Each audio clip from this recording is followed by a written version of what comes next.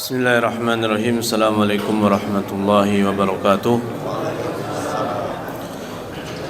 Innal hamdalillah nahmaduhu wa nasta'inuhu wa nastaghfiruh wa na'udzu billahi min shururi anfusina wa min sayyiati a'malina may yahdihillahu fala mudilla lahu wa may yudlil fala hadiya lahu.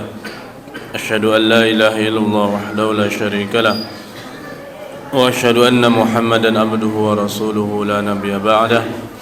Allahumma salli wa sallim ala sayyidina Muhammadin wa ala alihi wa ashabihi wa man tabi'ahum bi ihsanin ila yaumiddin. Allahumma alimna bima yanfa'una wanfa'na bima 'allamtana wa zidna ilma wa arinal haqqa haqqan warzuqna ittiba'ah wa arinal batila batila warzuqna ijtinabah. Allahumma inna nas'aluka al-huda wat tuqa wal 'afafa wal ghina. Allahumma tahhir qulubana wa hassin furujana waghfir dhunubana ya arhamar rahimin. Allahumma inna nas'aluka ats-tsabata fil amr wal 'azimata 'ala rusyd wal fawza bil jannah wan najata minan nar wa 'afwina al hisab ya arhamar rahimin. Amma ba'd. Taib hadirin rahiman rahimakumullah, jamaah salat subuh Masjid Jabal Rahmah. Semoga Allah Subhanahu wa taala selalu memberkahi kita semua. Dan semoga Allah Subhanahu wa taala memberikan taufik dan hidayah kepada kita agar kita bisa selalu melaksanakan puasa Ramadan dengan dalam keadaan baik sesuai dengan apa yang dicontohkan oleh baginda kita Nabi besar Muhammad sallallahu alaihi wasallam, diiringi dengan keikhlasan sehingga kita setiap hari masuk ke dalam hamba-hamba Allah yang Allah merdekakan dari api neraka. Karena Rasulullah sallallahu alaihi wasallam bersabda, lillahi utaqau minan nar wa dzalika fi kulli lailatin. Allah memiliki hamba-hambanya yang Allah merdekakan dari api neraka di bulan Ramadan, dan itu terjadi setiap malam. Terjadi setiap kita berbuka puasa, maka kita mendapatkan dua kebahagiaan atau tiga kebahagiaan. Kebahagiaan dengan kita berbuka puasa, dan kebahagiaan nanti pada saat kita bertemu dengan Allah Subhanahu wa taala, dan juga kebahagiaan Allah Subhanahu wa taala merdekakan kita dari api neraka. Maka Imam Nawawi rahimahullahu taala mensyarah atau mengomentari hadis Allah Subhanahu wa taala memerdekakan hamba-hambanya dari api neraka, dan itu terjadi setiap malam. Beliau katakan artinya Allah masukkan dia ke dalam surga tanpa hisab dan tanpa adab. Asal puasa kita itu satu, ikhlas karena Allah. Tidak ada sum'ah, tidak ada riya. Dan memang puasa tidak bisa riya, tapi mungkin bisa sum'ah dan mungkin bisa ujub, ya. Intinya tidak ada syirik di dalamnya, ikhlas karena Allah Subhanahu wa taala. Kemudian juga dilaksanakan dengan penuh, menjaga diri kita dari hal-hal yang membatalkan puasa, baik itu secara zahir, di mana pembatalan puasa secara zahir ialah diantaranya masuknya benda dunia ke kerongkongan dengan sengaja, yaitu melalui jauf, kerongkongan, baik itu lewat hidung ataupun lewat mulut. Dan sebagian ulama Syafi'iyah mengatakan atau lewat, mohon maaf, anus, maka itu membatalkan puasa. Atau dia terkena penyakit gila, maka juga membatalkan puasa. Atau dia murtad, maka juga membatalkan puasa. Atau dia muntah dengan sengaja, maka itu juga membatalkan puasa. Atau dia mengeluarkan mani dengan sengaja di siang hari bulan Ramadan, ya, dengan berbagai cara apapun, maka itu juga membatalkan puasa.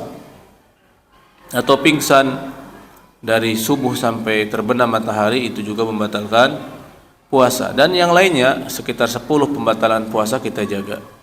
Itu mudah sekali kita tinggalkan, tetapi yang susah ialah menjaga diri kita dari hal-hal yang menyebabkan puasa kita tidak bernilai di sisi Allah Subhanahu wa taala, walaupun puasa itu hukumnya sah. Itu apa? Seperti yang disabdakan oleh Rasulullah sallallahu alaihi wasallam, man lam yada qaula zura wal amala bihi falaysa lahu min siyamihi illa al-ju'a wal 'atash. orang yang tidak meninggalkan kemaksiatan dari ucapan ataupun perbuatan, maka tidak ada manfaat baginya dari puasanya kecuali hanya rasa lapar dan rasa haus saja. Kemudian Rasulullah SAW juga bersabda, "Idza kana shaum ahadikum fala yarfath wala yaskhab." Jika salah seorang puasa bulan Ramadan atau puasa secara umum, maka jangan dia berkata rafath, berkata kotor. Berkata kotor atau berbuatan kotor yang menjurus kepada seks. Atau jangan dia bertengkar. Ini semua akan merusak puasa kita dan menjauhkan kita dari ampunan Allah Subhanahu wa ta'ala, apalagi dimergakan kita dari api neraka. Tetapi kalau kita meninggalkan hal yang seperti ini yang disebutkan, ya, menjaga mata kita, ucapan kita, mulut kita, telinga kita, tangan kita dari hal-hal yang dimurkai oleh Allah Subhanahu wa ta'ala, tidak dusta, tidak namimah, tidak ghibah, ya, dan tidak melakukan hal-hal yang maksiat yang lainnya dan juga kebid'ahan, maka insyaallah puasa kita akan diterima oleh Allah Subhanahu wa ta'ala dan kita akan mendapatkan 3 ampunan. Ampunan dikarenakan kita puasa dengan baik, kemudian kita dimerdekakan oleh Allah Subhanahu wa ta'ala dari api neraka, kemudian kita ampunan karena kita melaksanakan salat malam. Intinya bulan puasa ini adalah bulan ampunan. Taib hadirin rahiman dan rahimakumullah, kita lanjutkan ya pembacaan dan juga mengambil faedah dari kitab fikih Riyadul Badi'ah, di mana pada kesempatan yang lalu kita telah sampai di bab wudu.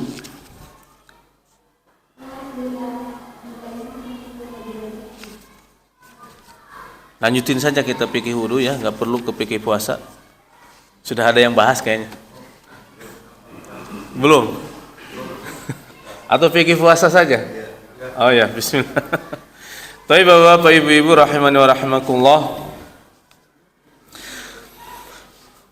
puasa ialah salah satu ibadah yang sangat mulia. Ibadah yang sangat mulia. Salah satu keutamaan puasa sudah saya singgung tadi, di antaranya adalah ibadah yang pahalanya tak terhingga.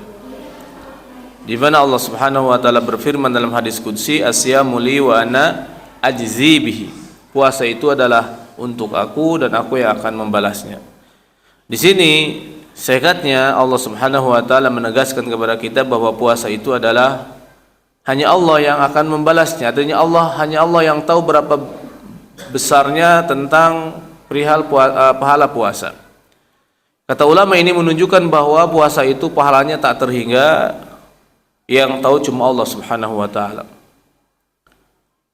Dan juga puasa adalah sebagai perisai bagi kita dan benteng yang kokoh untuk menjaga diri kita dari api neraka. Di mana Rasulullah sallallahu alaihi wasallam bersabda, "Asyamu junnah wa isnu hasinin minan nar."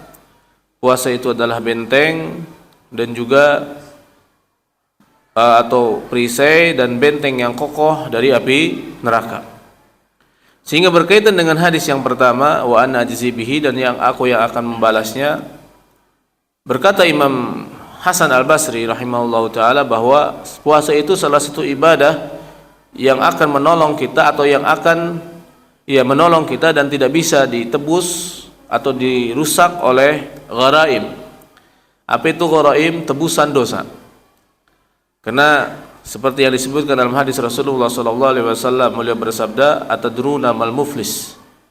Tahukah kalian siapa orang yang bangkrut?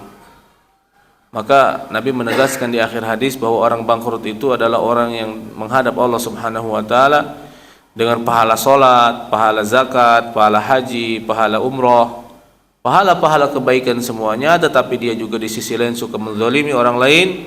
Maka apa yang terjadi hadirin, semua pahalanya ini habis, dipakai untuk menebus kezaliman dia di dunia.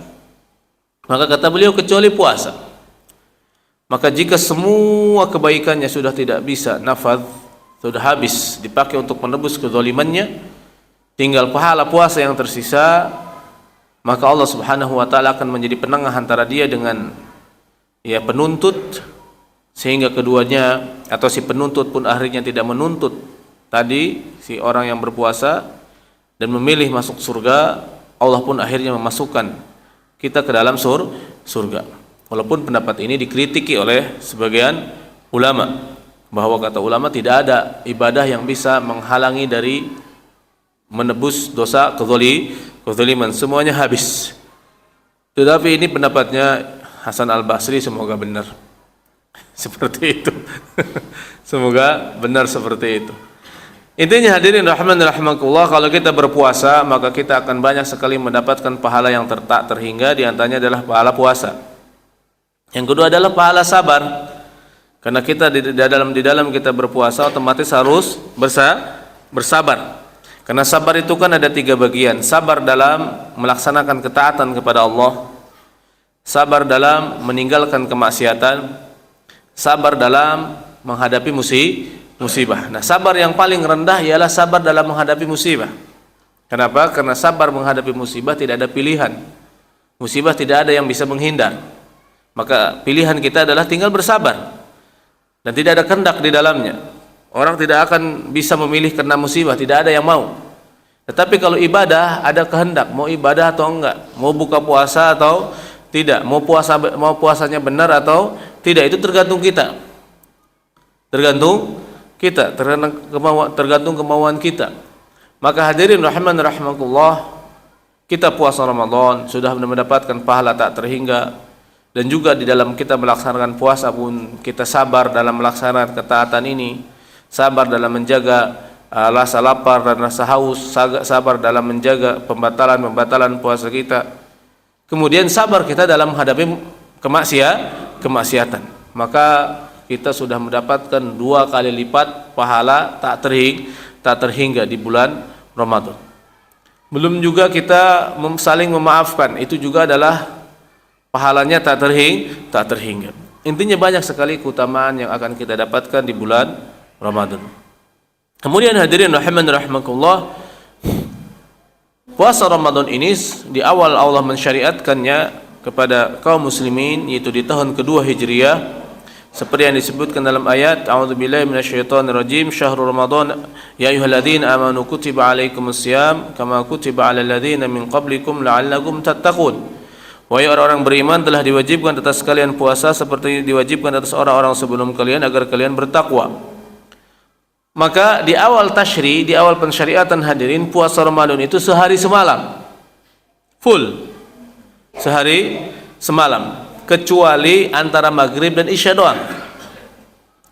Antara maghrib dan isya boleh kita makan, boleh sahabat makan dan minum, dan mendatangi istrinya, hanya dari maghrib sampai isya. Kalau sudah isya, sudah puasa lagi sampai terbenam matahari besok pagi.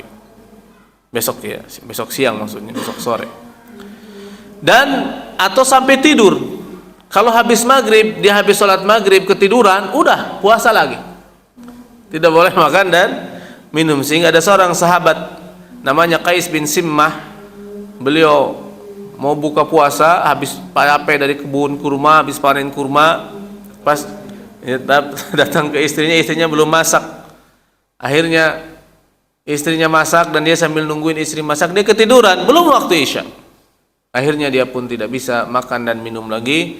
Maka istri mengatakan, wail ya Qais, ya al-wail ya Qais, celakalah engkau wahai Qais. Dan benar saja besoknya dia pingsan karena tidak makan sama sekali, cuma minum doang kayaknya. Dan juga tidak boleh mendatangi istri hanya dan dalam maghrib dan isya, repot. Sehingga Umar bin Khattab pun jebol. Beliau mendatangi istri beliau pas waktu malam, dan akhirnya beliau datang kepada Nabi minta kafarat, dan akhirnya Allah Subhanahu wa taala dengan rahmatnya menasakh, menghapus hukum tadi, syariat tadi, ya. Sehingga Allah Subhanahu wa taala berfirman, "Uhilla lakum lailatus siyamir rafathu ila nisaikum." Itu ayat nasakh, ya, dari ayat sebelumnya. Telah dihalalkan bagi kalian di malam bulan puasa rafath, mendatangi istri kalian. Hunna libasul lakum wa antum libasul lahun. Mereka adalah pakaian untuk kalian dan kalian pakaian untuk mereka. Silahkan mendatangi istri kalian di waktu malam. Bebas. Bulan puasa intinya kita puasa ini mindahkan makan dan segala aktivitas di siang hari sisi manusia kita di waktu malam. Alhamdulillah, ini rahmat Allah Subhanahu wa taala. Jangan sampai kita menganggap bahwa puasa Ramadan ini memberatkan. Enggak, sudah diringankan. Kalau mau memberatkan itu tadi yang sehari semalam. Maka Allah Subhanahu wa taala berfirman, "Alimallahu annakum takhtanuna anfusakum fataba 'alaikum wa 'afa ankum." Allah tahu sungguh kalian itu mengkhianati diri kalian, menyembunyikan kesusahan. Wahai sahabat, di dalam hati-hati kalian. Itulah hebatnya para sahabat, mereka tidak mengeluh sama Nabi sama sekali. Cuma dipendam kesusahan ini dalam hati. Berat ini dalam hati mereka. Akhirnya Allah memberikan taubat kepada mereka dan memaafkan mereka. Sehingga Allah Subhanahu wa taala ringankan puasa ini seperti yang kita rasakan sekarang ini akibat berkahnya para sahabat dalam mentaati perintah Allah Subhanahu wa taala. Ya, seperti itu hadirin rahimani rahimakumullah. Kemudian ayat selanjutnya Allah Subhanahu wa taala memerintahkan kepada para sahabat untuk silahkan menggauli istri-istri kalian. Al-ana bashiruhun. Sekarang silahkan gauli mereka. Wabtagu ma kataballahu lakum. Kemudian wa kulu washrabu hatta yatabayyana lakumul khaytul abyadu minal khaytil aswadi minal fajr. Yang biasanya yang dulu makannya cuma dari maghrib sampai isya, sekarang makannya dari maghrib sampai subuh kembali. Masya Allah, alhamdulillah mudah. Nah hadirin rahimani rahimakumullah, intinya puasa sekarang ini adalah sudah didiskon sama Allah Subhanahu wa taala, maka tinggal kita mensyukuri nikmat ini, puasa dengan sebenar-benarnya. Meyakini bahwa puasa ini adalah anugerah atau titipan Allah, itu syariat Allah Subhanahu wa taala untuk kita, dan kita berharap pahala yang besar dari Allah, maka kita akan mendapatkan ampunan untuk dosa-dosa kita yang telah kita lakukan, yang telah lalu. Sebenar-benarnya puasa kita. Maka hadirin rahimani rahimakumullah, di sini dikatakan kitabus siyam, bab puasa. Maka puasa itu tidak wajib, la yajibu shaum Ramadan ila ala muslimil balighi al-aqilil qadiri ala shaumit tahiri minal haid wan nifas. Bahwa puasa itu tidak wajib kecuali hanya kepada orang muslim. Kalau ada orang kafir berpuasa, maka tidak sah puasanya. Tetapi bagi setiap muslim yang baligh, wajib bagi dia berpuasa. Maka disebutkan oleh ulama, jika ada seorang muslim tidak berpuasa satu hari saja, maka tidak akan bisa ditebus dengan puasa walaupun 70 tahun. Dia sengaja batal puasa dengan sengaja, membatalkan puasa dengan sengaja tanpa uzur, maka dia ingin menebus kesalahannya ini, maka tidak akan tertebus walaupun dia puasa 70 tahun. Maka rugi orang yang tidak berpuasa. Badannya aja kegah, keker, lari pagi di Piladago sana, lari sore juga, tapi puasa tidak sanggup. Apa gunanya kayak gitu? Itulah kenapa hadirin, puasa itu hidayah dari Allah Subhanahu wa taala. Maka kita bersyukur telah dipilih oleh Allah menjadi hamba Allah yang istiqamah dalam melaksanakan puasa Ramadan. Karena hadirin, ada seorang badui datang kepada Rasulullah sallallahu alaihi wasallam, seperti dalam hadis Jabir dan juga dalam hadis Hudzaifah bin Yaman. Beliau bertanya kepada Rasulullah sallallahu alaihi wasallam, "Ya Rasulullah, ajarkan aku tentang salat fardu, sesuatu yang telah diperdukan oleh Allah kepada kita yang berkaitan dengan salat." Maka kata Rasulullah SAW, intinya engkau melaksanakan salat 5 waktu sehari semalam, itu yang fardu. Illa anta tatawwa, kecuali engkau habis itu mau salat sunnah ya silakan, kalau enggak ya silakan. Maka kemudian orang Badui bertanya lagi, "Ya Rasulullah, ajarkan kepadaku berkaitan dengan puasa. Puasa apa yang difardukan kepada kita semua?" Maka kata Rasulullah SAW, puasa Ramadan. Habis itu puasa sunnah. Kamu mau puasa mau enggak. Yang penting sholat 5 waktu, puasa Ramadan. Kemudian juga kata orang Badui tadi, "Ya Rasulullah, ajarkan aku atau kabarkanlah kepadaku tentang hal yang diperlukan oleh Allah kepada kita berkaitan dengan harta." Kata Rasulullah SAW, zakat mal, zakat zira'ah dan sebagainya, kecuali zakat sunnah, infak, sedekah dan yang lainnya. Maka orang Badui pun tadi berkata, kemudian Rasulullah SAW melanjutkan, "Dan engkau melaksanakan syariat-syariat yang lain yang berkaitan dengan halal dan haram. Yang halal kamu lakukan, yang haram kamu tinggalkan. Maka kata orang Baduy, hadirin, ya Rasulullah, saya akan melakukan yang tadi disebutkan dan tidak akan melakukan yang sunnah-sunnah. Apa kata Allah? Apa kata Rasulullah? Wallahi aflah. Dalam riwayat lain, wallahi, ya, dakhala al-jannah in sadaq. Demi Allah dia akan beruntung, demi Allah dia akan masuk surga jika dia benar jujur. Intinya hadirin, kita ini hidup melaksanakan yang wajib, salat 5 waktu, puasa Ramadan, kalau ada zakat ya zakat, ya. Kemudian yang halal kita laksanakan, yang haram kita tinggalkan. Kalau bisa haji ya hajian. Habis itu kita tidak banyak melaksanakan salat sunnah, itu pun kita kata ulama sudah masuk ke ashabul yamin. Dan kita berhak masuk surga. Apalagi ibu-ibu. Ibu-ibu disebutkan dalam hadis riwayat Muslim, ya, bahwa apabila ibu-ibu melaksanakan 4 hal, maka dia akan dipersilahkan masuk surga dari 8 pintu surga mana saja. Apa itu? Apabila ibu-ibu salat 5 waktu, menjaga salat 5 waktunya, menjaga puasanya, mentaati suaminya, baik itu suaminya miskin, bodoh, jelek, apalagi, ya, ya pokoknya begitulah. Pokoknya itu suaminya, maka dia harus mentaatinya. Kemudian yang keempat adalah menutup auratnya, maka dia akan diperintahkan masuk surga dari 8 pintu surga mana saja. Luar biasa. Syaratnya puasa. Dan juga bagi kita semua secara umum, kita juga akan bisa masuk surga, kata Imam Nawawi, tanpa hisab, tanpa azab, kalau melaksanakan 4 hal dalam 1 hari. Dan ini hadis riwayat Muslim nomor 1028. Yang pertama adalah puasa.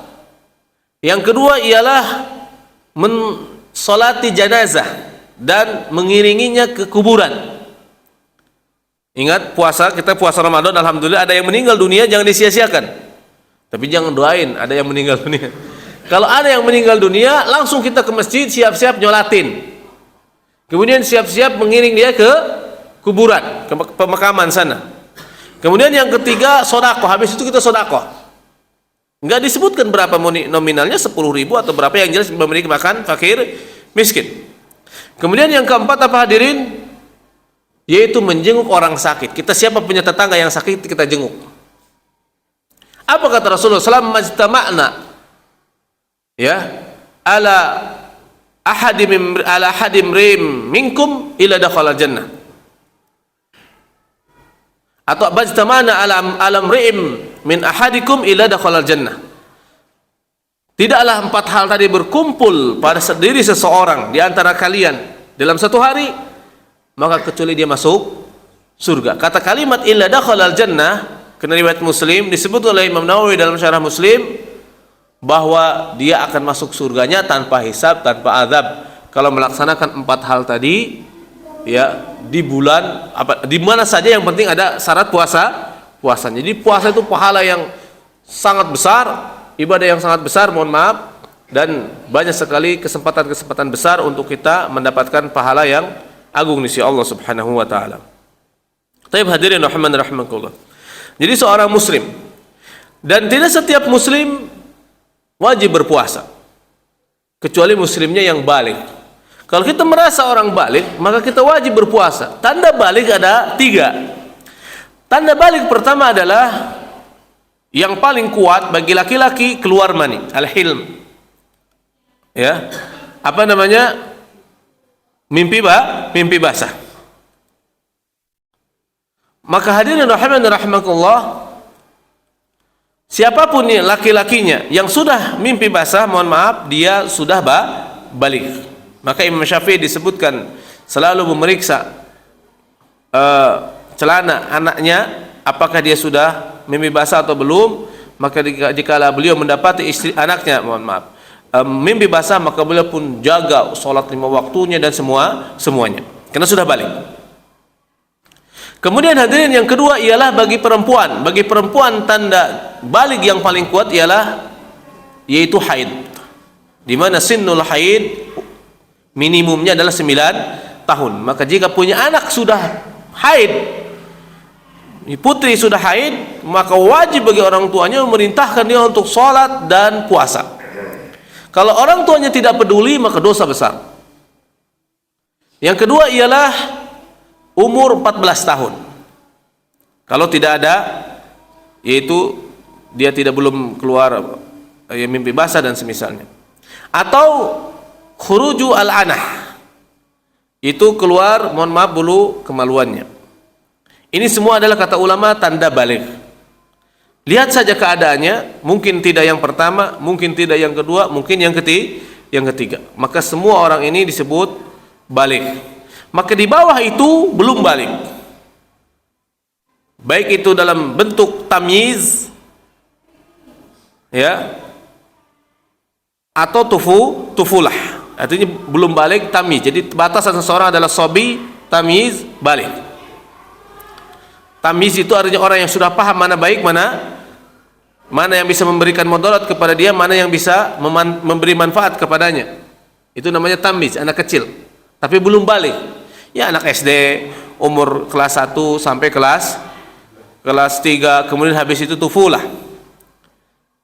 Anak-anak, remaja, tapi belum baligh. Hadirin rahman rahimakumullah. Yang kemudian berakal. Adapun kalau seseorang tidak mau puasa Ramadan, nggak apa-apa. Yang penting tidak ada akalnya.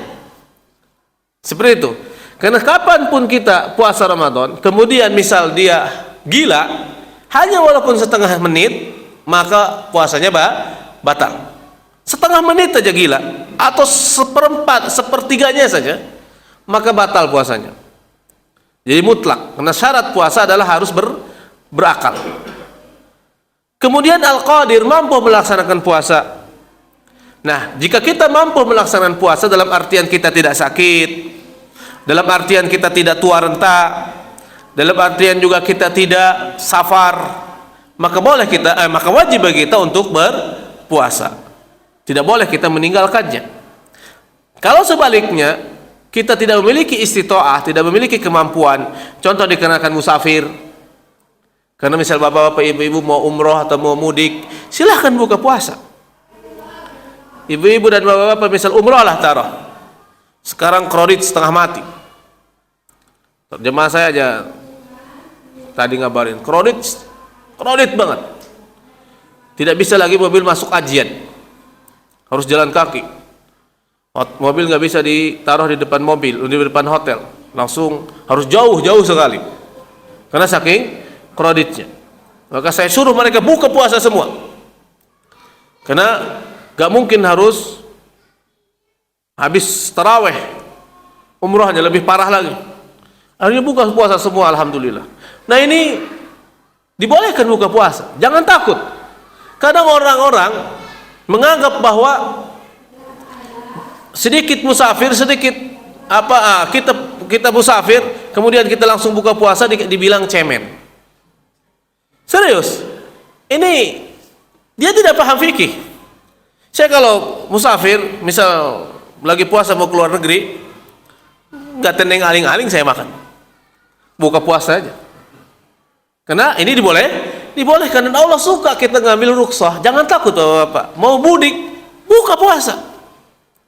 Apalagi yang umroh, kadang biasanya jamaah umroh nih maksain, sudah tahu dia ngedrop puasa, maksain puasa, akhirnya tambah ngedrop. Dipikir puasanya itu benar, enggak benar sama sekali, dosa.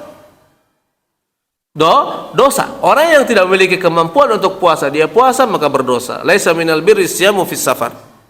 Bukan bagian dari ibadah orang yang maksakan puasa di perjalanan, kecuali posisi kita lagi kuat, ya silahkan mau puasa, mau enggak.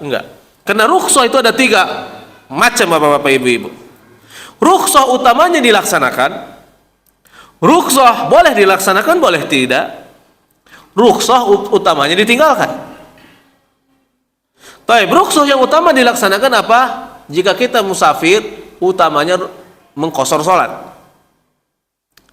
Dan dilaksanakan setiap waktu, misal zuhur dilaksanakan di waktu zuhur tanpa jamak, cuma 2 rakaat. Itu utama sekali, karena Nabi setiap musafir pasti mengqashar salat.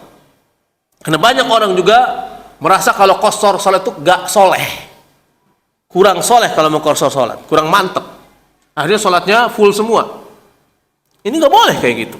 Kita harus belajar berjalan sesuai fikihnya. Kemudian yang kedua adalah boleh dilaksanakan, boleh tidak. Apa itu? Puasa Ramadan. Kalau kita musafir boleh tidak puasa, mutlak boleh. Kalau mau puasanya silahkan, kalau posisinya mampu. Tapi kalau posisinya terdesak, kita tidak memiliki kemampuan dikarenakan capek dan semisalnya dikala kita safar, maka kita wajib buka. Jangan memaksakan, jangan takut, tetap kita dapat pahala full. Maka saya paling jengkel kalau mendapat di jamaah kekeh gak mau buka puasa dan tetap tidak mau mendengar omongan kita. Saya mendapati kemarin tahun lalu jamaah dari Bengkulu, dia punya penyakit jantung. Habis tawaf siang hari, pulang ke hotel ngap-ngapan, mau ngedrop. Ya saya deg-degan, ini jamaah kalau kenapa-napa repot urusannya. Disuruh buka nggak mau, karena harus minum obat kan, nggak mau karena saya katanya jauh-jauh maka harus buka puasa. Kenapa ini? Saya bilang nggak apa-apa bu, masih belum percaya juga. Saya bilang bu, saya ini gini-gini juga kiai haji. Saya bilang saya kiai, dengerin omongan saya, buka. Alhamdulillah buka, habis itu minum obat sembuh. Alhamdulillah selamat. Coba kalau kenapa-napa, harus dia mau pulang besok ketunda, apa nggak mudorotnya besar sekali. Nah ini nggak boleh hadirin dipaksakan seperti itu.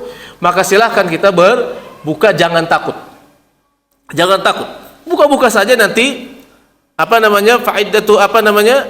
faidatum min ayyamin ukhar. Silahkan dikodok kata Allah di hari yang lain, nggak masalah. Sehingga para ulama kalau musafir beliau tidak pernah puasa, makan semua, batalin semua. Cuma katanya kalau di dalam safar mendapati puasa Arafah, walaupun mereka safar tetap puasa. Kenapa? Karena puasa Arafah tidak bisa dikodok. Kalau puasa Ramadan bisa dikodok, itu fikih. Ingat yang mau umrah nih akhir Ramadan atau Ramadan, hati-hati, atau pertengahan Ramadan, jangan maksain puasa, santai saja, makan saja dan minum, jangan malu, jangan merasa kurang soleh. Justru kalau maksain itu ya orang gak soleh dan gak solehah, ya. Karena mutlak Rasulullah SAW mengatakan laisa minal birri siyamu fis safar.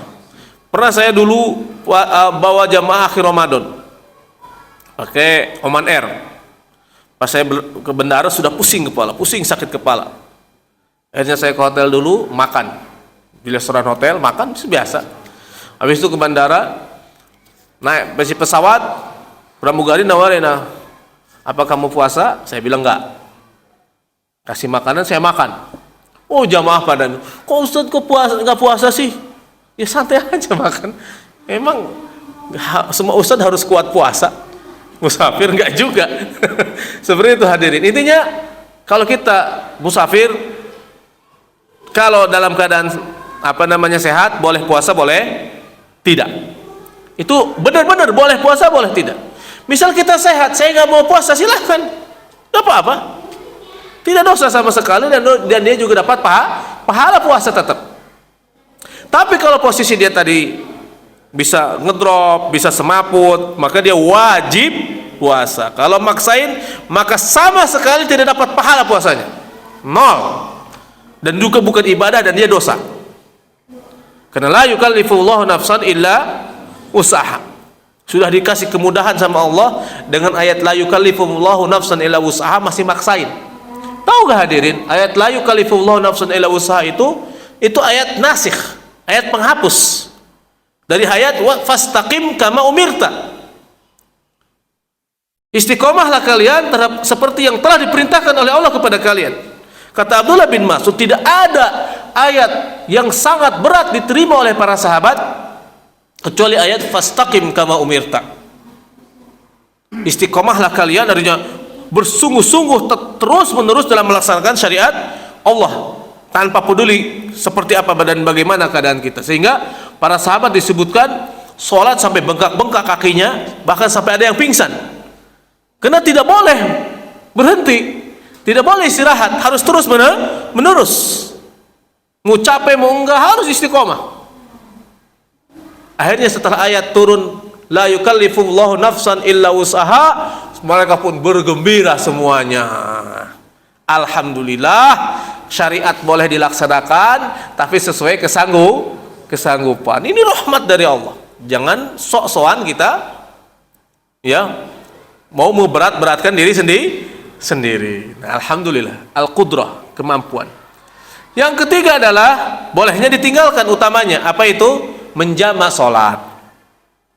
Kalau posisinya luang, lagi safar, kita luang nih, utamanya sholatnya di waktu masing-masing. Tapi kalau safarnya sibuk,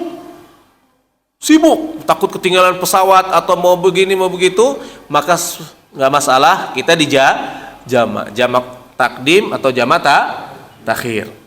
Misal kita dari Indonesia nih terbang dari Saudi ke Indonesia habis maghrib, maka kalau kita tidak dijamak takdim, misal maghrib dan isya, otomatis kita harus sholat di pesawat, dan itu repot sekali. Maka bagusnya kita jamak takdim. Tapi kalau kita misal lagi di kampung, bapak-bapak mudik, tidak ada kesibukan sama sekali, ya boleh mengqashar, tapi tidak menjamak. Silahkan saja. Taib. Itulah hadirin bahwa puasa itu harus sama seperti haji, istita'ah. Maka bagi bapak-bapak atau ibu-ibu yang sudah at-ta'in fis sin, yaitu sudah tua renta, boleh juga dia tidak puasa. Boleh tidak puasa, dan puasanya digantikan dengan fidyah. Dengan fidyah. Dan juga bagi ibu-ibu yang hamil atau menyusui, boleh juga tidak berpuasa. Baik itu dia takut kalau puasa mendorot kepada dirinya atau kepada anaknya, boleh dia tidak berpuasa. Tapi wajib dia mengqadha di waktu yang akan datang. Ini jumhur ulama, tetap harus diqadha. Walaupun sebagian sahabat, diantaranya Abdullah bin Mas'ud dan Abdullah bin Abbas, dikatakan bahwa orang-orang ibu-ibu hamil dan menyusui tidak perlu mengqadha, cukup bayar kafarah atau fidyah. Kata ulama, itu tidak mutlak, hanya bagi ibu-ibu yang setiap tahun hamil. Maka bagi ibu-ibu yang setiap tahun hamil, ulama memakai pendapat Abdullah bin Abbas, tidak perlu mengqadha. Karena bagaimana mengqadha? Nanti mengqadha setelah menopause, ya nggak bisa. Setelah 50 tahun ya nggak bisa. Maka cukup bagi ibu-ibu yang seperti ini bayar fidyah. Tapi hadirin rahimakumullah, yang selanjutnya adalah bersih dari haid dan nifas. Maka haram bagi ibu-ibu yang haid dan nifas berpuasa, haram. Harus dia buka. Ya. Ustaz, apakah puasa disyaratkan bersih dari hadas, itu dari junub? Tidak. Apabila kita puasa, mohon maaf, dan kemudian di malam hari setelah kita buka puasa, seorang suami istri misal junub, junub. Kemudian hadirin, dia belum sempat mandi junub sampai ke subuhan, apakah puasanya tidak sah? Sah. Puasanya sah. Dan ini dilakukan oleh Rasulullah SAW. Disebutkan oleh Bunda Aisyah, karena Nabi SAW yaktasilu minal janabah, ya. Biasanya Nabi SAW mandi junub di bulan Ramadan setelah subuh, ba'da ma tulu'il fajr, setelah terbit fajar, setelah munculnya fajar, ba'da ma tulu'i ya fajar, setelah munculnya fajar shadiq, artinya setelah subuh. Jadi boleh kita ya mandi junub nanti habis subuh. Puasanya sah, puasanya sah, karena tidak disyaratkan suci dari hadas. Jadi bisa dipahami hadirin ya. Jadi tidak perlu orang mau puasa dia misal harus mandi junub sebelum subuh. Sah-sah saja habis subuh, tidak masalah. Kemudian hadirin rahimakumullah, apabila ibu-ibu bersih dari haid setengah menit sebelum waktu subuh, setengah menit, bukan semenit lagi, setengah menit sebelum waktu subuh, maka wajib bagi ibu-ibu untuk niat puasa Ramadan. Wajib. Dia nanti wajib puasa. Seperti itu hadirin rahiman rahimakumullah. Yang selanjutnya hadirin rahiman rahimakumullah ialah berkaitan dengan pembatalan puasa.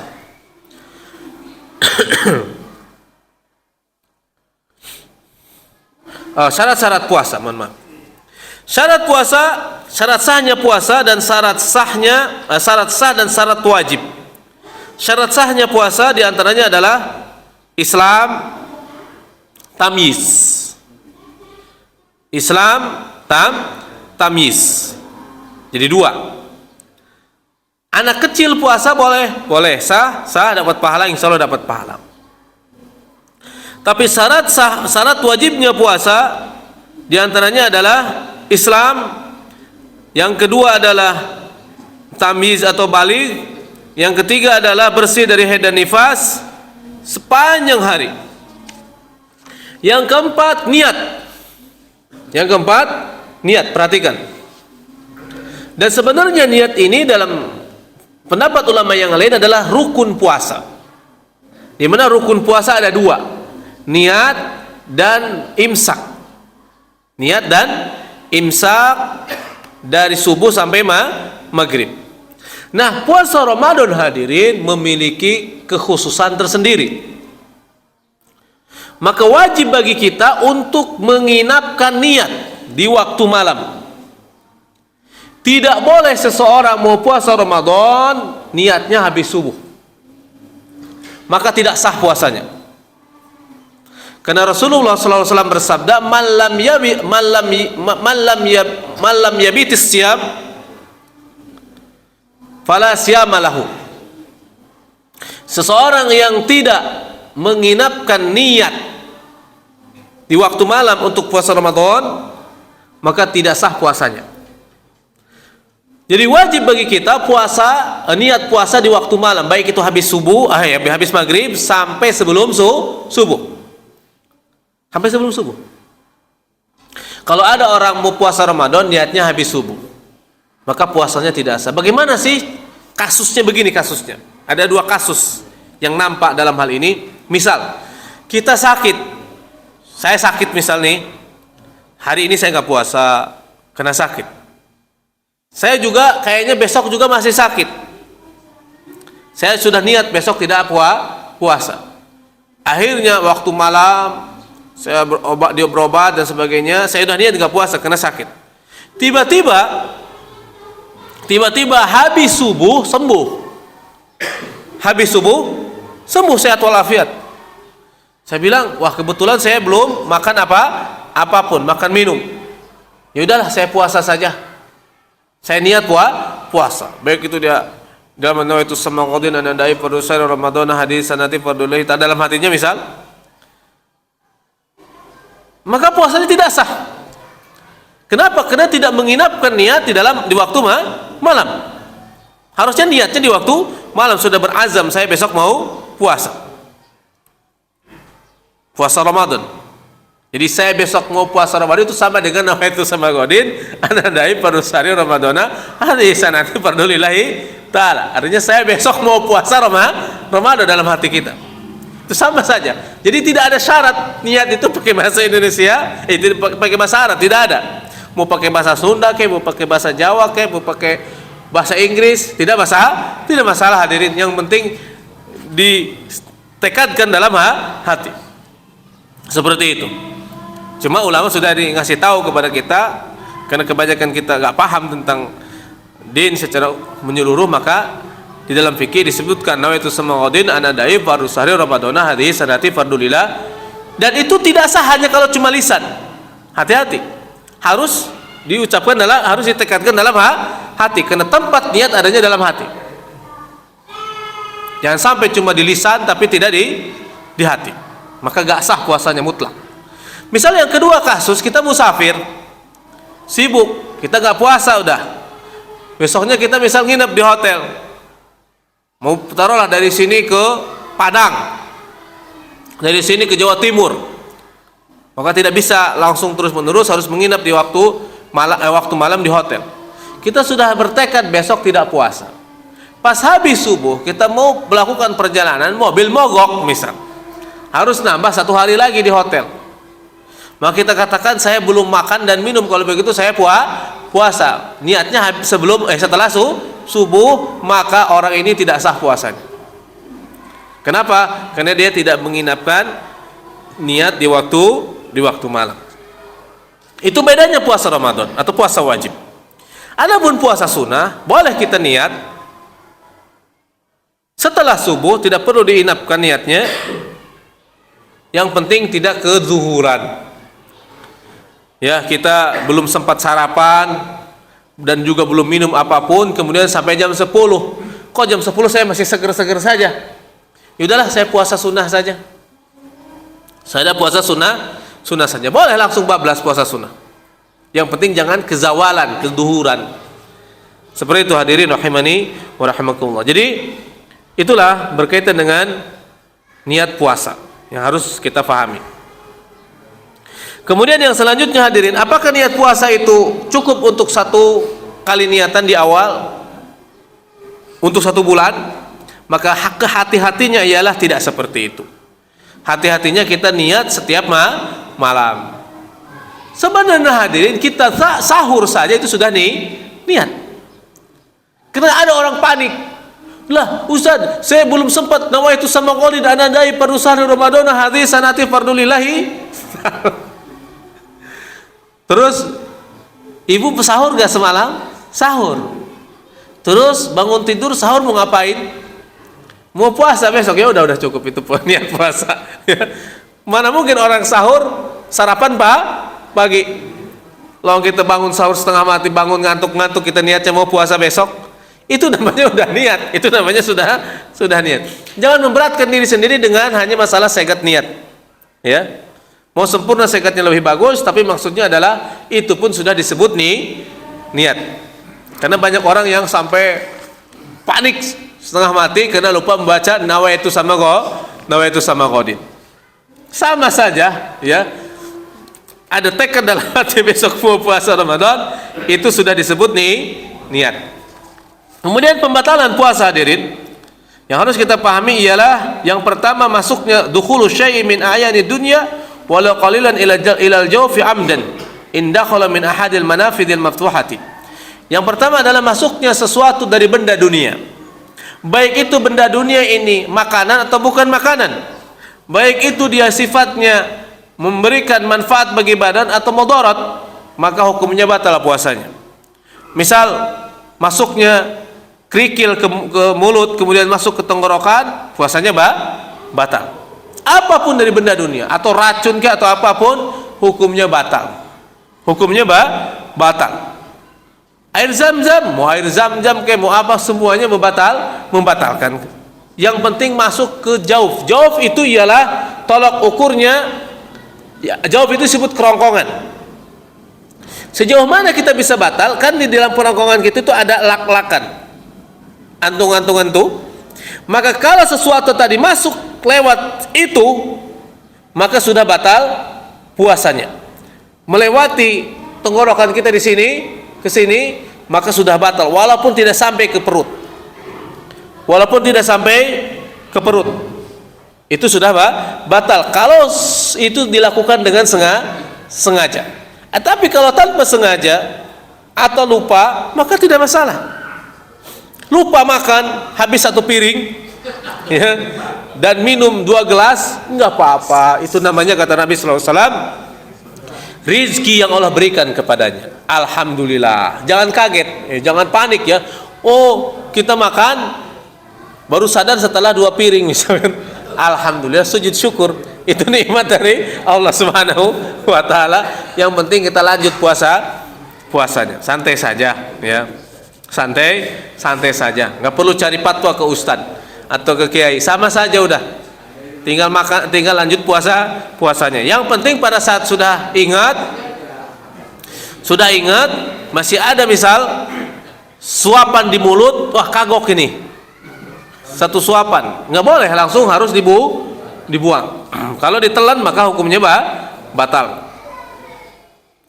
Terus bagaimana kalau benda ini bendanya akhirat, benda surga misal, nasi padang dari surga, ya.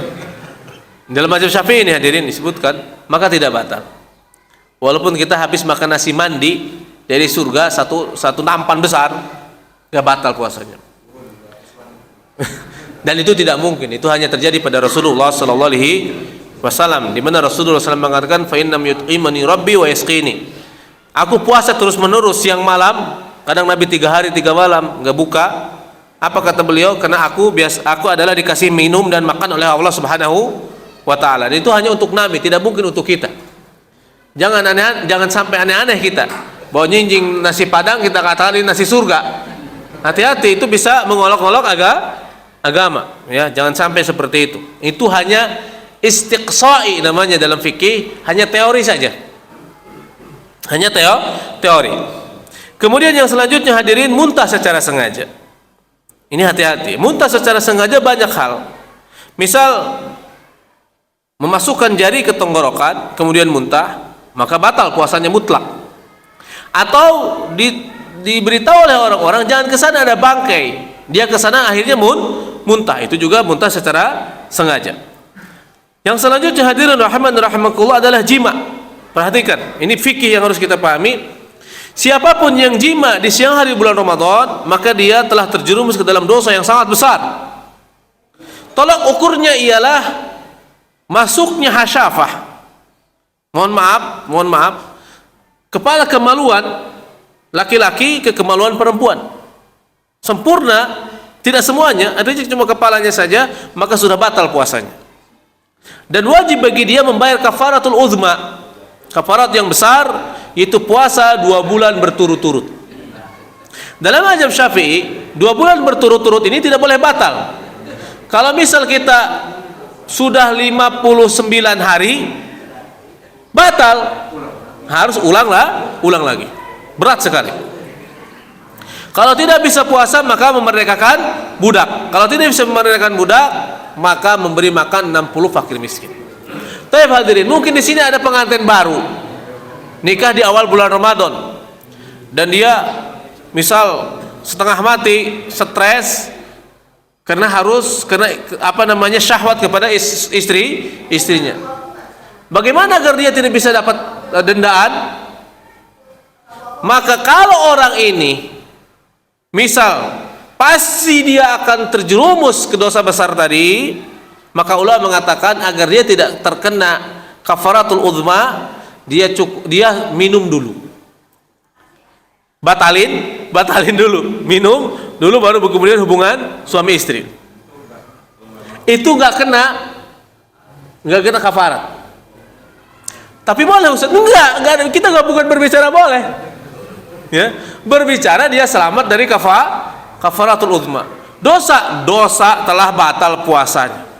Dosa telah berhubungan badan di siang hari bulan Ramadan, dan dosa-dosa besar yang lainnya. Jadi bukan berbicara ini boleh, bukan. Ini namanya dalam usul fikih al-akhdhu bil akhaf baina dararain. Mengambil sesuatu yang ringan dari 2 mudarat. Taib, buka puasa gara-gara dia berzima, jadi jimanya dalam keadaan puasa, akhirnya batal puasa itu gara-gara jima. Mudarat gak? Mudarat. Kemudian minum dulu untuk jima, mudarat gak? Mudarat. Tapi yang minum dulu ini lebih ringan. Kenapa? Dia tidak mendapatkan kafarat. Tapi ingat, saya tidak membolehkan. Ini dosa besar. Dosa dan dosa. Kecuali Bapak-bapak, Ibu-ibu, kecuali perhatikan kasusnya untuk orang musafir. Beda dengan orang musafir. Kalau misal kita musafir, kalau saya musafir dari sini ke Banyuwangi, dari rumah saya udah makan dan minum, batal, saya udah ngebatalin diri sendiri. Misal saya taruhlah jalan dulu, kemudian di BSD saya makan dulu. So istri saya juga sama makan dulu misal. Habis itu kita jalan sampai taruhlah di mana di Cirebon dan kesananya lagi, kita capean, saya istirahat ke hotel dulu. Siang hari bulan Ramadan masih asar misal. Kemudian sampai di hotel, Ya akhirnya melakukan hubungan suami istri. Boleh halal. Untuk orang musafir boleh, dia tidak berdosa, dia tidak mendapatkan kafarat. Kok beda kasus. Yang tadi kita yang didenda dengan kafaratul uzma karena kita posisinya tidak musafir dan haram buka puasa, haram makan dan minum karena tidak dalam musafir. Yang kedua, kenapa orang musafir boleh berhubungan di siang hari bulan Ramadan? Karena secara hukum asal mereka boleh buka puasa, boleh makan dan minum dan halal. Maka begitu juga kata ulama, berhubungan juga halal. Itu bagi orang musafir. Tetapi kasusnya berbeda. Kalau dia misal pengantin baru, ya, dan dia ingin berhubungan suami istri, akhirnya dia membuat hilah, trik. Yaudah Mi, atau sayang kita musafir aja yuk. Nah, ini hukumnya tetap dia dosa karena dia telah mau menipu Allah. Nah, ini kasusnya dosa, tetap dosa, nggak boleh, tidak boleh. Jadi ini dosa, hadirin rahimani wa rahimakumullah. Beda kasus ya. Tapi kalau kita mudik seperti biasa lah, alami saja ngalir, maka tidak masalah. Ada nggak kayak gitu? Mungkin saja ada namanya hilah. Ya, jangan nipu Allah, jangan, bahaya. Ya, itu namanya tetap dosa, nggak bakalan bisa. Allah nggak bakalan bisa ketipu. Tapi hadirin rahimani rahimakumullah, udah suruk belum ini? Taib.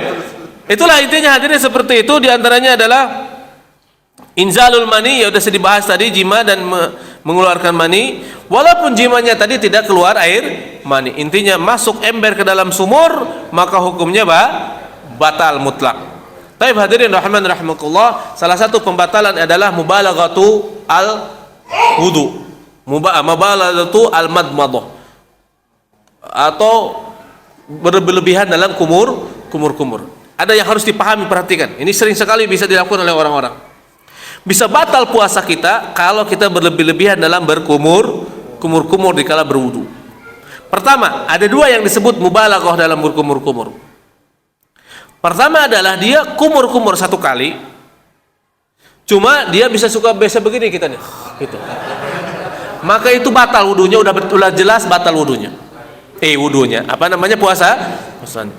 Orang yang kumur, kemudian dia menengadahkan lehernya, kepalanya, kemudian melakukan itu, mengorokkan ini, maka itu sudah batal, karena air sudah pasti masuk ke tenggorokan. Kemudian yang kedua, dia wudu, kumur seperti biasa, ya, di kumur seperti biasa, cuma lewat dari 3 kali, kemudian ke-4 kali, ke-5 kali, ke-6 kali. Nah, ke-6 kalinya atau ke-4 kalinya atau ke-5 kalinya ada 1 tetes air masuk ke tenggorokan, maka batal puasanya. Itu karena dia telah berlebih-lebihan. Tapi kalau dia cuma 1, 2, 3, perhatikan, 1, 2, 3 kali toh. Nah, di yang kedua pas dia kumur biasa saja, ada air loncat ke tenggorokan, batal ke puasanya?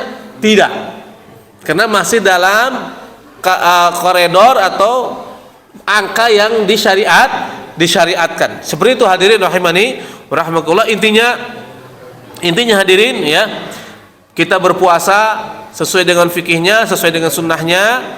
Semoga puasa kita diterima oleh Allah Subhanahu wa taala sehingga kita mendapatkan ampunan dari Allah. Man shoma ramadhana imanan wa ihtisab ghufira lahu ma taqaddama min dzanbih. Barang siapa puasa Ramadan dengan penuh keimanan dan mengharap ridha Allah Subhanahu wa taala dan pahala Allah Subhanahu wa taala, maka Allah akan mengampuni dosa yang telah lalu. Terakhir hadirin, dikala kita lagi puasa jangan kita donor darah ataupun fasdu, ngeluarin darah, ataupun bekam darah. Karena sebagian ulama sepakat bahwa itu hukumnya batal puasanya. Kalau kita mau donor darah silahkan di waktu malam. Kalau kita mau bekam, ngeluarin darah, silahkan di waktu malam, jangan di siang hari. Dan juga tidak boleh kita infus, celakus atau musarrab, itu juga membatalkan puasa. Tetapi kalau suntik saja boleh. Kalau suntik boleh, sakit misal injeksi boleh. Tapi kalau infus, karena itu yaqumu maqamat ta'am, dia berdiri seperti pengganti makan, maka hukumnya puasanya batal. Yang terakhir, membatalkan puasa adalah orang buka puasa tanpa memastikan waktu buka. Percaya 100% ke muadzin, ke TV atau ke radio, ternyata masih nyisa 1 menit, maka berarti kita dalam fikih disebut belum takyin, belum memastikan, maka puasanya batal. Lah kan saya nggak salah, yang salah itu yang adzan di masjid. Kenapa dia kurang 1 menit? Satu komplek buka puasa semua, satu komplek batal semua. Maka gak ada yang tanggung jawab, tanggung jawab diri sendiri dan dia wajib mengqadha. Dan itu kejadian dulu kan di daerah Jawa sana, kecepatan 2 menit, maka semuanya batal. Itu diperhatikan. Jadi kita harus memeriksa jam, maka kita cek, oh iya ini sudah waktu buka, maka kita tinggal buka puasa. Kalau cuma ingat kata orang, percaya dengan orang lain, maka hukumnya batal. Dikira orang azan, ternyata orang lagi tes mic, ya, maka kita buka, batal puasa kita. Enggak, batal mutlak. Ya, seperti itu. Kenapa? Karena kita tidak takyin, tidak memastikan ghurub waktu maghrib telah tiba. Tapi hadirin, sampai di sini saja. Mohon maaf atas segala kekurangan karena waktu sudah tidak memungkinkan kita untuk melanjutkan ini. Ya. Boleh, silakan. Suruknya udah lama belum? Ya silakan, yang mau sholat suruk silakan hadirin. Bebas, silakan Pak. Gosok gigi pakai odol yang berasa, ya. Perhatikan, ini ulama memasukkannya ke sama dengan mencicipi makanan. Hukumnya makruh. Ya, hukumnya makruh, tapi kalau ketelan batal. Ya, ketelan batal. Kecuali siwak. Kecuali siwak. Ya, siwak ulama membolehkan. Walaupun ada rasanya, tapi jangan ditelan. Tapi kalau odol itu hati-hatinya jangan. Nggak apa-apa bau juga Pak, bau mulut juga. Ya, nggak apa-apa. Karena akan harum misi Allah Subhanahu wa taala. Tapi ada lagi?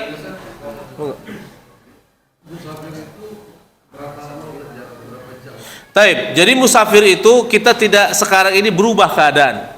Intinya musafir itu, silakan yang mau sholat ini. Musafir itu tolak ukur jarak sajalah, ya. Jarak 85 km.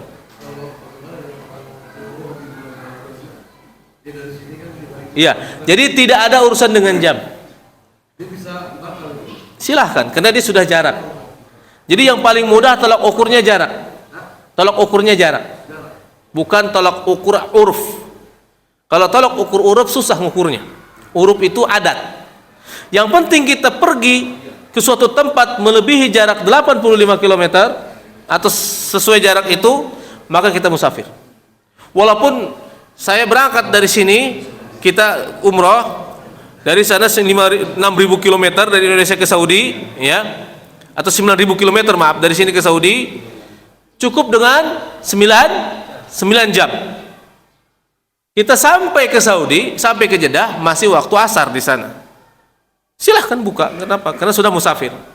Jadi sampai ke Cianjur sudah bisa kali. Berapa kilometer dari sini ke Cianjur? Iya boleh. Tapi sampai ke Cisarua bukan musafir. Iya, itu masih dulu. Karena Cisarua masih 60 km. 70. Ya. Iya. Ya pokoknya terserah kemana saja, yang penting jarak. Saya lebih milih jarak. Kenapa? Lebih mudah. Nggak ada urusan Pak, nggak ada urusan.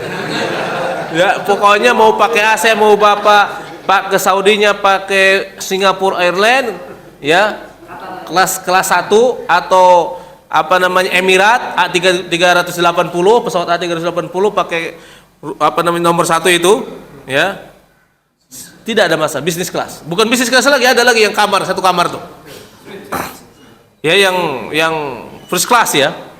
Ya, first class tidak masalah. Silahkan buka.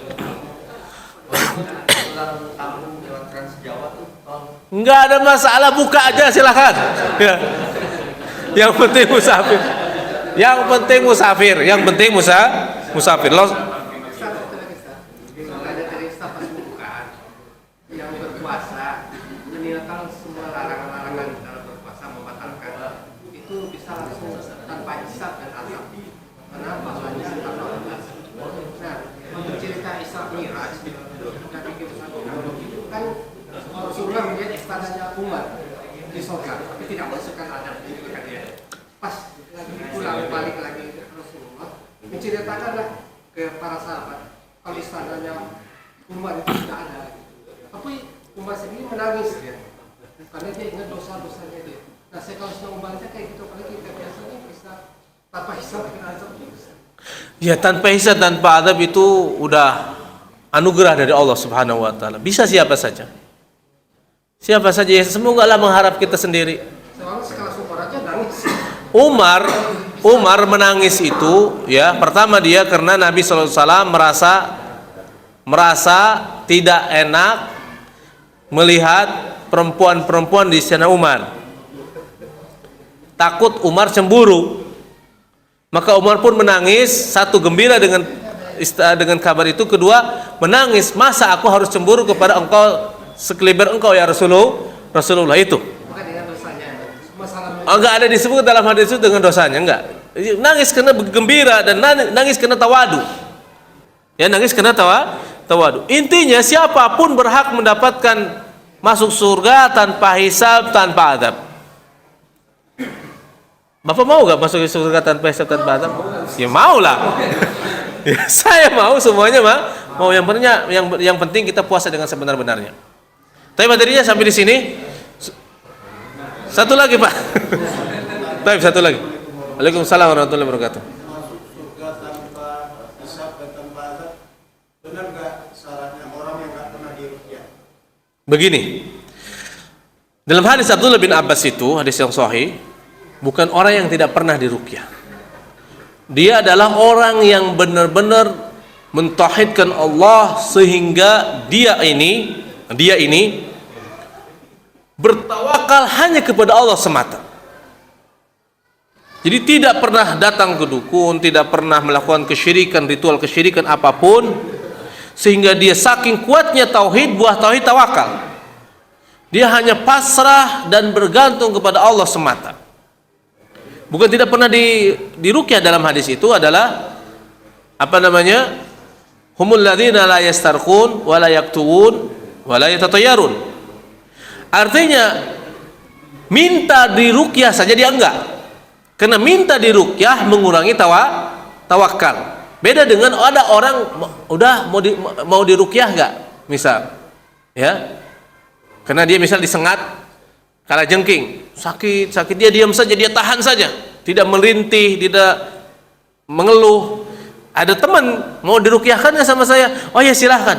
Tapi dia tidak dikit-dikit minta ruqyah, bukan begitu.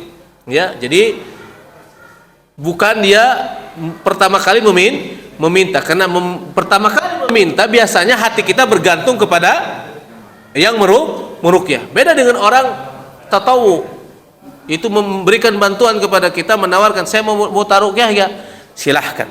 Seperti itu Pak. Jadi bukan nggak pernah diruqyah, enggak. Dia sering diruqyah mungkin saja, tapi dia tidak meminta di awal. Karena faktanya orang yang suka minta diruqyah kelihatannya dia sangat sekali bergantung kepada peruqyah. Itu yang nggak boleh. Tetap bergantungnya ke siapa? Ke Allah Subhanahu wa taala. Intinya murni hati kita dari segala bentuk kesyirikan, tawakal hanya kepada Allah Subhanahu wa taala semata, maka insyaallah orang ini akan dihisab, akan masuk surga tanpa hisab, tanpa adab. Taib, subhanakallahumma bihamdika asyhadu an la ilaha illa anta astaghfiruka wa atubu ilaik. Assalamualaikum warahmatullahi wabarakatuh.